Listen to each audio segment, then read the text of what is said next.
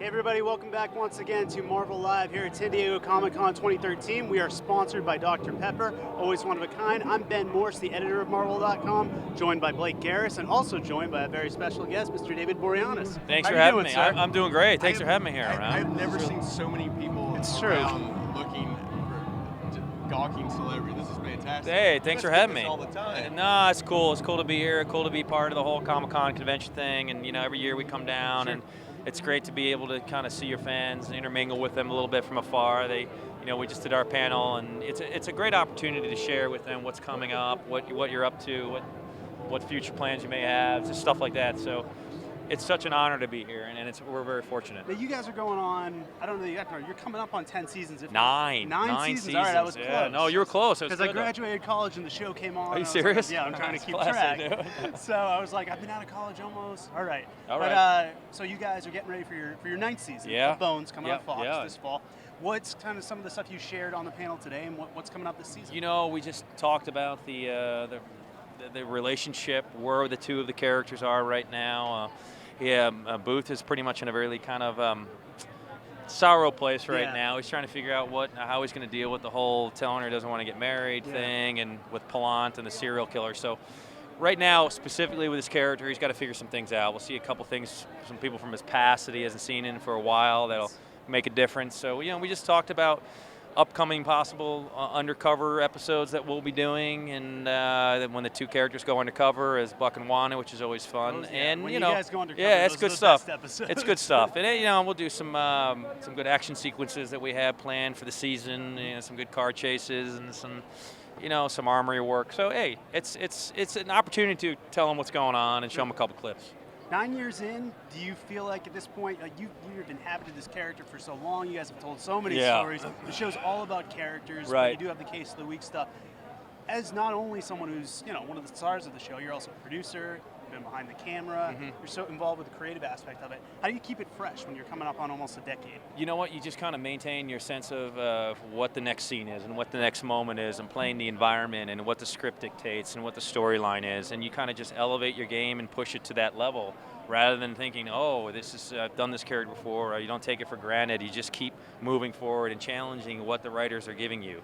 You have to be able to give back to the writers something interesting in order for them to get excited about, and we've been fortunate to do that, Emily and I, for going on 9 seasons now, and for us it's been about the moments and not about the overall success of a show or a project. You just go in and kind of work the moment and get the writers excited, because they'll write more for you if you can get them jazzed, It seems like you're one big family too. Like I follow Hart Hansen on Twitter, and you guys, obviously 9 years. Like, what's it like working with that? It's fun. I mean, Hart's a great guy. He's a great showrunner. He's very open to suggestions. As a showrunner, he allows us to come into his office and give him ideas that he plays with. He's got a bin of ideas that, hey, we'll probably use that down the line, and he does. So it's great. It gives us an opportunity to have a great working relationship.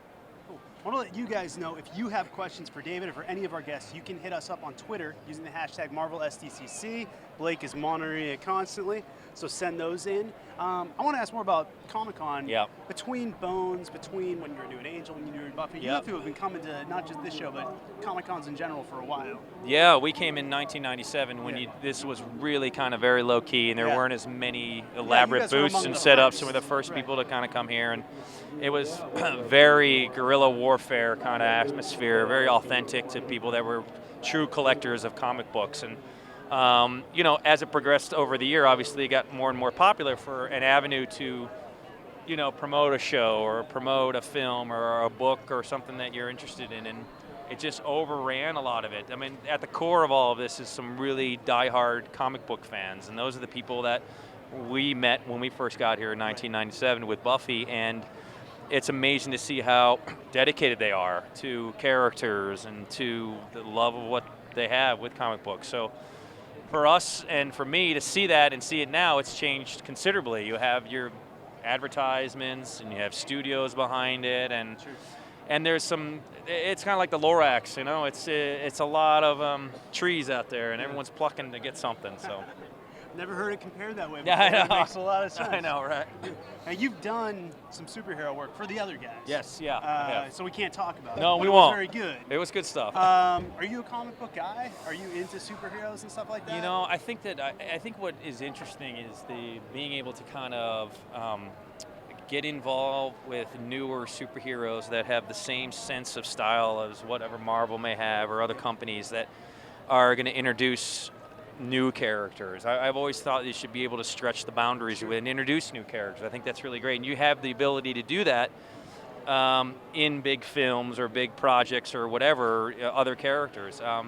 You know, just off the cuff, as far as comic books are concerned, I'm a big Dick Tracy fan. I'm a very nostalgic guy. Yeah. I love old radio. I love classic stuff. I love detective film noir work.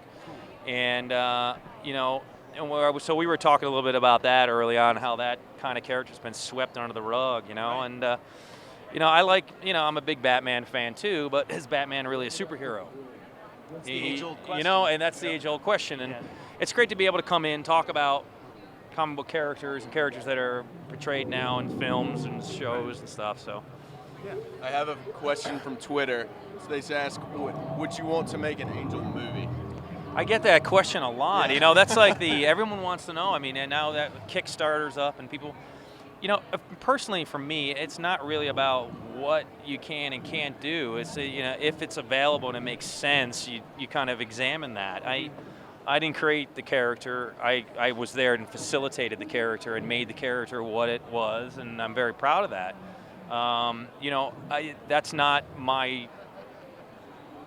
that's not me. You know, that's somebody else's. That's Joss Whedon's stuff. Yeah. He's the guy who will decide what he wants to do with it. So, I personally am always open to work and great work. But there's also time issues and people doing other projects. So it's always difficult to say, well, are you going to do an Angel film or not? I mean, like, you know, it all depends on where people are at. I can't control that because I don't own the property. I just was the guy who played them, you know? What other stuff are you working on right now outside of Bones? Or does Bones take up all your Bones time? takes up a lot. I And just playing finished, hockey. play a lot of hockey. I all the just time. finished a new series for DirecTV. It's called Full Circle. Oh, cool. And I play a homophobic comedian. Oh, nice. 3 episodes out of 12. Neil LaBute did it.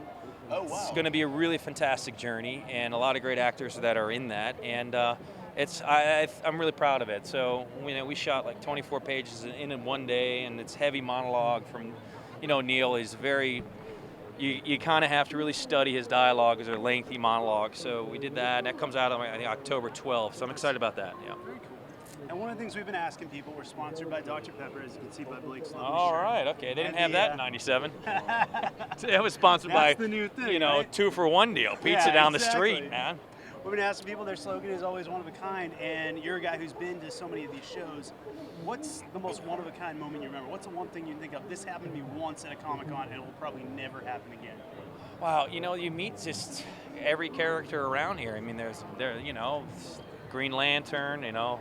Then you meet people, like they're all dressed up in these great elaborate costumes. And, you know, I think when you're leaving San Diego and you've done the Comic-Con experience and you're in your car driving and you just see like Batgirl from afar with her bag of stuff walking away from you. Yeah. Is this kind of, God, I traveled all this time. I got all this collection stuff, and I'm just walking in the distance. It's something that's about that. It's like on the streets of San Diego. It's just kind of very funny for me. All right, we got a minute left. Let's All right. let's talk about what's coming up. Bones, do you have a premiere date yet? Yeah, September 16th on Monday, 8 o'clock, so we're excited about that. Very And cool. it's going to be a great start to the season. We're excited. We start shooting on Monday, and it'll be off, ready to go again. And where can people find you online? You're on Twitter? I'm on David_Boreanaz at Twitter, and I talk a lot about hockey. I put my opinions out there for you here or there, but yeah, it's you know, it's amazing how social media has kind of exploded in the past 3 years, and how everyone's got like fins or thins and dats and apps and dots and vines, and I don't know, it's crazy. Well, listen, man, we thank you very much for coming on the show. Thank you for giving us your time. Yes. David Boreanaz appearing on Bones, as we said, in September. You guys keep watching. We're going to be taking a short break. We'll be coming at you. I'm Ben Morse. He's Blake Garris. This is Marvel. We're sponsored by Dr. Pepper. Always one of a kind. We'll be back with you here at San Diego Comic-Con 2013. See you guys in a little bit. Marvel. Your universe.